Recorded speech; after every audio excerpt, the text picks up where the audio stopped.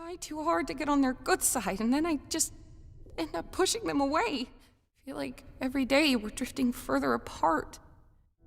I don't even know what I want. I don't want people to hate me. Do you hate yourself? Today, I want to talk about Ragatha and the idea that she failed Pomni in some way, or is really failing anyone. This is something I talked about a little bit in the previous videos this week, but the thing about the amazing digital circus is that it's kind of a never-ending well of commentary on the human mind. Previously, I had focused on Ragatha in relation to loving and hating herself, a big theme in episode 6, and you should definitely check out my previous video about that in particular if you haven't seen it yet. But during that, I only had a small amount of time to talk about what Ragatha said about failing Pomni instead of thinking in terms of failing herself. The thing about the show is that it's kind of therapy for a lot of people. It's a chance to examine and self-reflect and apply what you learned about the way you are to your life in order to make it better. And because of that, a lot of these videos and comment sections are the same thing. It's just us all talking about how much we relate to these characters and how it makes us want to make changes to our lives based on the patterns that we recognize in them. And when it comes to Ragatha, she touched on something really important in terms of self-care, which is hanging yourself up on the idea that you personally need to be more responsible than everyone else around you. A very dangerous idea to take upon yourself. You see, the thing about Ragatha is she obviously tries her best to take care of everyone around her. This isn't a de facto responsibility as the oldest, as that would be Kinger, but Ragatha just has the mindset that it's her job to take care of others. And I use the word job here to emphasize the ideas in her mind of it being something of an obligation, something necessary, something she has to do and has to hold herself up to even if it isn't going well. Taking care of others is complex because as humans, we tend to automatically divide each relationship we see into someone who is responsible and someone who is not, especially these days where we have such strong focus on power dynamics. We probably shouldn't do this to the extreme we do, but when we do, we tend to put a crazy high standard on the person in power, to a point where just about anything they do can be seen as wrong. We expect teachers to care about students, parents to take care of their children, bosses to take care of their employees, and any misstep or error from the authority figure can get them treated as a horrible person who is constantly judged. Now, obviously, to some degree, we have to expect more from adults than children or from authority figures over the people that they're guiding, but there has to be a limit to that. A lot of us are more familiar with the role of a child instead of a parent, and as such, we tend to have a lot to say about what our parents did wrong. But it's rare for people to really factor in the other person's emotional well-being without entirely writing them off. Basically, the authority figure is interpreted as someone who needs to be pretty damn near perfect, or else someone so unstable that they need to be removed from the system. Since most people don't fall into either of those categories as they aren't realistic, most people get lumped in with the people who need to be perfect, but then of course they can't live up to that impossible standard. We all want to believe there is an obvious way to be the best parent you can, or teacher or other role, but whenever someone has their own human issue that interferes with that, we tend to, at the very least, try to correct them. And all of this brings us back to Ragatha. Ragatha wants to help others and has put herself out there as someone to come to if you need to talk. So much so that Pomni even recommended Gangle to talk to Ragatha when she notices Gangle having issues. The problem, however, is that Ragatha can't be perfect. She can't be constantly on. She is not the guardian of the circus, whether she or everyone assigns her that role or not. But that doesn't stop Ragatha from feeling like she has failed people if she can't just get them to connect with her. And she even talks about this as tricks she uses to try and get people on her side, because she knows that she is heavily manipulating situations in seemingly a positive way, leading to people like Jack seeing right through these tricks, as she calls them, because he recognizes that she isn't being sincere with him.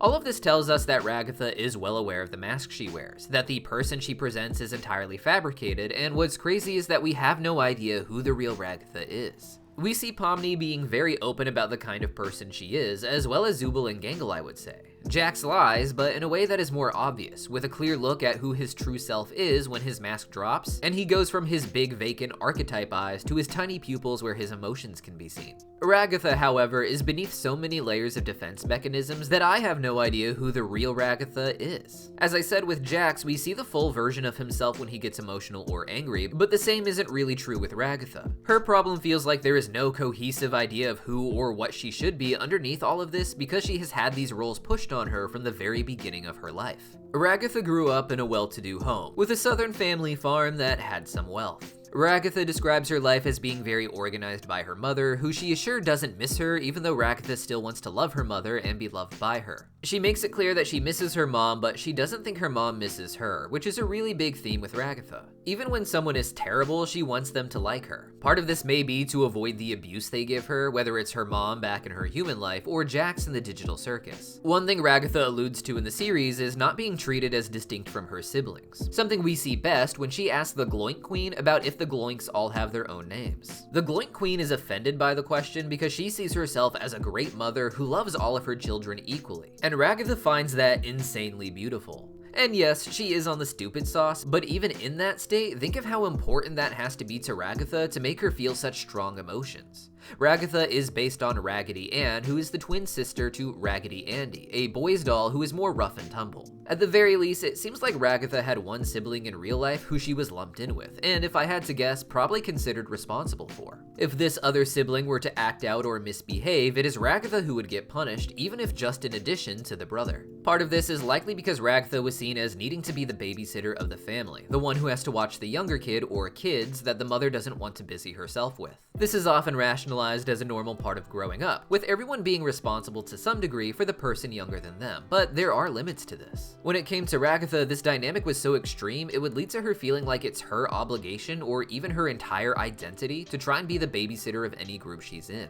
being the one who tries to maintain peace and calm, but who also chastises when she has to. The problem is that the circus is a lot like a real-life family. As in a real-life family, if one child knows that the other will get in trouble for their bad behavior, they can take advantage of that. If Ragatha did have a brother in this family system, he would never have to listen to Ragatha, and in fact could get away with doing more inappropriate things, knowing that if Ragatha even told on him, it would lead to Ragatha having a punishment. Now, I'm gonna get a little too real here, but this is something that hit me hard because growing up, I was bullied a lot by my older brother in ways that are too intense to talk about on YouTube. I'm talking the kind of injuries that your parents would ignore for months and then would only get addressed because you couldn't walk home from school one day because of so much pain, even after the school called home being worried about it. The problem was that anytime I would go to my parents, I would end up getting lectured, yelled at, and even punished. Honestly, just writing this out was giving me a lot of anxiety, making my heart race, and making me feel so uncomfortable, and talking about it now while recording makes it feel even worse. If I tried to talk to my parents, they would just get mad at me for not trying to solve the problem myself, even though it just ended with me being hurt because my older brother was literally twice my weight. If I complained to my father, he would punish us by forcing us to never leave each other's side and even tied us together, which as you can imagine would just lead to me getting bullied even more. Because of this, my brother had no reason to stop, and thus the bullying continued with me learning that speaking out about it just leads to more punishment for me and even more opportunity for my brother to hurt me. Ragatha acts like someone who has had this same issue, and really all of them are in this situation in the circus now with Jax. I think we saw this best in episode 4, as in the other episodes we generally just see Jax getting away with being a bully. To really emphasize that something could be done about it, however, the adventures in episode 4 forced Jax to behave when there were real punishments for not doing so. Outside of this mini game where they have to act like a professional employee, he could get away with just about anything. But once the authority mattered to Kane because it mattered to the game he made, suddenly there's a reason to make Jax treat others with respect. And you often get the same in a family situation, where violent and troublemaking children are often just well behaved when they have to be because there's something that the parent wants out of the situation, looking good in front of others, or a special event they want to play out the way it is in their head. But as soon as that event is over, it doesn't matter if the kids are fighting again or if one kid is just straight up abusing the other. The problem with Ragatha is that she has adopted the idea that if she can't handle people in one way or another, that she has failed them. And that's why she needs tricks, because what matters is winning instead of connecting. It's sad because ultimately she does seem to want to be loved and to love others, but the only way she knows how to connect is through control and trying to use that control to provide comfort for others as well. She has made herself the authority figure in each situation, not in a stuck-up way, but really the opposite. She's been brainwashed into thinking her only value is to do this, and that if she can't win those people over, it's because of something she's doing wrong and she deserves the trouble that they inflict upon her. All of this is because of the trauma she faced personally, giving her a hyper-intense focus on trying to use this system to save others because no one saved her.